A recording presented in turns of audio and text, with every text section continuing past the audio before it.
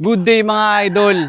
Pag-uusapan natin ulit yung example, nagpaligo ka, nagpurga, nagbigay ka ng B12, tapos pag uwi mo, lalagyan ng papaya at malugay yung alaga mo mga idol. Pero bago lahat mga idol, shout out si Benok Backyard Breeder, no? So shout out sa iyo mga idol at maraming salamat mga idol. So para sa ito, yung bulik natin mga idol, yan lalakan natin. So yun mga idol, no? Back to the topic mga idol, no?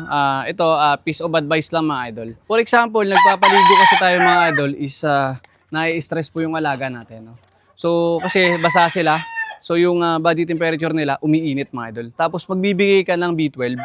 So parang ginawa mo mga idol, mainit na nga yung katawan niya, mas pinainit mo pa mga idol.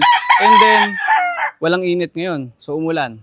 Tapos pagdating mo sa hapon, pagbalik mo, wala na yung alaga mo. Sayang mga idol, no? So, simpleng pagkakamali mga idol, no? Pero malaking factor. So, for example, paligo ka ulit, basa yung alaga mo. Binigyan mo kayo ng pamurga mga idol, no? So, pag pinaliguan natin sila, stressful sila. Tapos, nagbigay tayo ng purga, another stress, no? So, double stress ang nangyayari sa alaga natin. Oh, ano mangyayari mga idol? Pag di nila na kaya yung stress, wala mga idol, no? So, iiwan ka talaga ng alaga mo mga idol. So, piece of advice mga idol, ang gagawin natin, no?